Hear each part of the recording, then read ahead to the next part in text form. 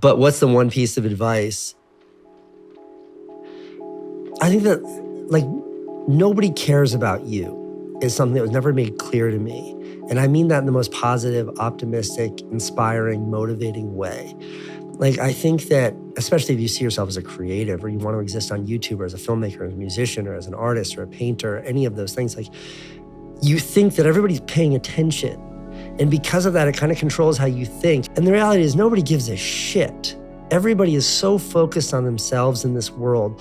Nobody has time for you. And the sooner you accept that as a creative person, the sooner you're free. Like, do exactly what feels right to you. All right, if I was starting YouTube this year and I could talk to myself with what I currently know, here's what I would tell myself. Let's pretend that I didn't have notes planned out for this. First and foremost, I would have to pick what thing I would want to create content around.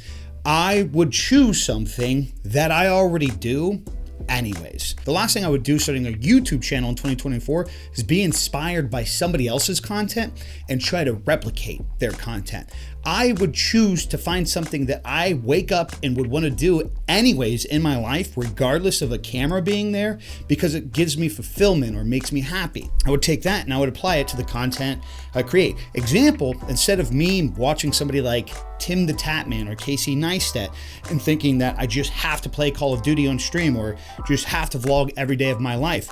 Maybe I'm into rebuilding cars, or maybe I'm into fucking gardening. Who cares? I would pick that thing that I genuinely look forward to doing, and I would create content around that. Second, I would start with what I have. It's actually literally exactly what I did. Look, if all you have to start on is an outdated cell phone, start on it. There's no reason to build up and hype up this idea that if you save up for a camera, that it will just alley-oop you into the shit. I argue that so many creators learn more using the shitty gear first and being able to tell a good story, being able to articulate the thing that they do enjoy into a video format. I think that grit and experience in itself will build some kind of character to you being a creator that will far benefit than just waiting to save up for the perfect gear. Next, stick to an easy schedule. And this is where I see so many people go wrong. You don't have to do daily. You don't have to do every other day. You don't have to do 3 days a week. Your upload schedule might be 1 video a week, maybe 1 video every 2 weeks, but set a goddamn schedule and stick to it. For example, 1 video a week is still 52 videos at the end of the year.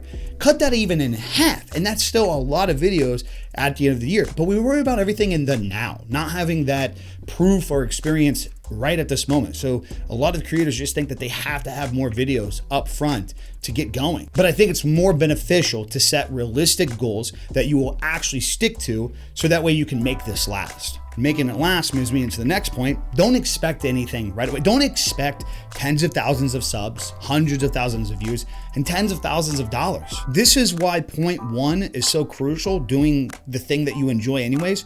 Because if you're just documenting or creating content around what you already love, it shouldn't matter that you want to get paid or want tens of thousands of subs overnight. You're already doing this thing in the first place. The creating the content is just creating a conversation in a video format between you, your hobby, and viewers out there in the world. If you're coming into this because you've seen some YouTuber who's been doing it for 5 to 10 years talk about how they make 5 to 6 figures a month, and that's what you're expecting out the gate, like, oh, I'll just create some videos. I did all these tutorials. I know what I'm doing. I invested into a camera. Like, this is just going to come in no time. Having that mindset off the rip, I think it's just a recipe for disaster. I never even expected to make money off this shit. I just wanted to do this shit. I know that's so hard for people to understand, because you see where a lot of us creators are now. You don't see the thousands of hours that we put into this before we got anything in return. And with that, the next thing I would tell myself is,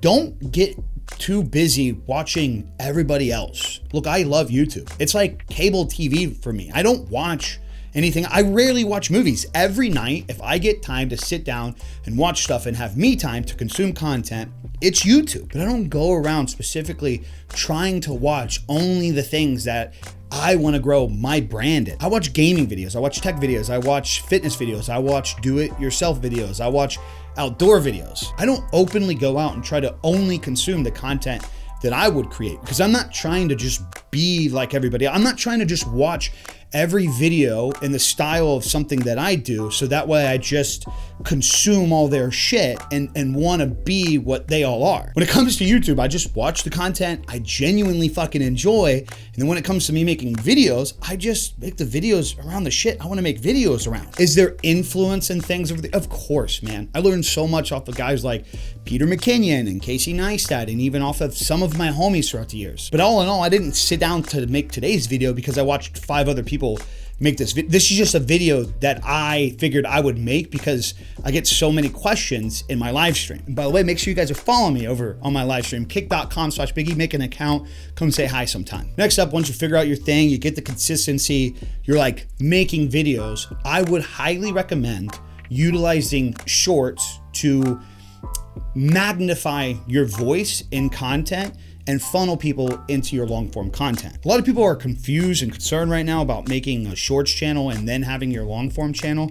It can live in one place. However, if all your videos are about working on cars or doing some kind of craft and you upload Call of Duty short, that's the worst thing you can fucking do. Essentially, an easy concept is use long form content to make the connection to your hobby or the thing that you want to do. Let that be the thing that builds your community, and then use YouTube Shorts to advertise that idea. Essentially having the goal of using YouTube Shorts to maybe get thousands of views, but push that to the long form video, advertising what you actually do on the channel. Then after a while, you're staying consistent of that, you're seeing some growth, you're having fun, sure, get some new gear. That's one thing I never say in these videos, because I press so hard early on the idea of like, don't worry about the gear, but at some certain point, like, fuck yeah, dude. You want to get better at your craft and you want to improve as a creator. You want to upgrade your camera because you're finally seeing some progress. You're finally seeing some money from it. You want to reinvest into your, sure, man. Maybe after a while you get monetization and you build your first $500 from a few months of making YouTube videos and you're like, what do I do with this? Fuck it, buy a new camera if it's really worth it. Get some new lighting gear, get a better microphone. Improving your quality over time is definitely not frowned upon. It's just not necessary to stress about it right away. Some of the biggest YouTubers still use iPhones for their content. Millions of viewers entertained every single time from iPhone recording. And then you got people out there actually saying like, well, I can't do X, Y, and Z because I don't have a good camera yet. Don't let it be a crutch to start, but sure, reinvest into yourself over time. That was like one of the biggest things that I did in the streaming side. That's why you see the setups that I have, is when I was streaming throughout the years, I had a job to take care of me and my family and rely on all the bills. When people started giving me money and I started getting brand deals, I just, for me, thought it made so much sense to finally start reinvesting that into the thing that is bringing that in. Because in my head, because it was doing so well, because people were investing into me, because brands were investing into me, because I was bringing in so much more revenue from that thing, if I just put it right back into it, it can only get better, right? Last thing, diversify. Diversify your content,